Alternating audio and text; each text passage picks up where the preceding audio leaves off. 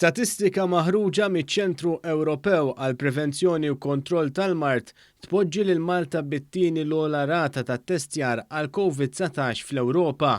Fil-fatt, skont din l-informazzjoni uffiċjali, Malta tinsab wara l-Lussemburgu u qabel pajjiżi oħra bħar-Renju, il-Belġju u l-Finlandja. Min din l-informazzjoni jirriżulta wkoll li pajjiżna għandu it-tlettax l-ogħla rata ta' ttestjar għall-Coronavirus fid-dinja.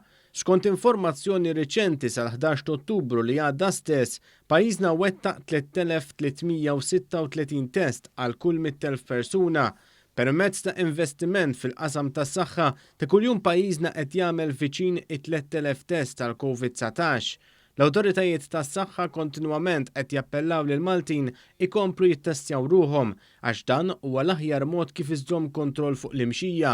Minnar l-erba li ġej f'Malta se tiġi introdotta sistema ġdida ta' ttestjar li tagħti r-riżultat f'qasir żmien li se tintuża fl-ajruport kif ukoll fl-iskejjel u djar tal-anzjani fost oħrajn.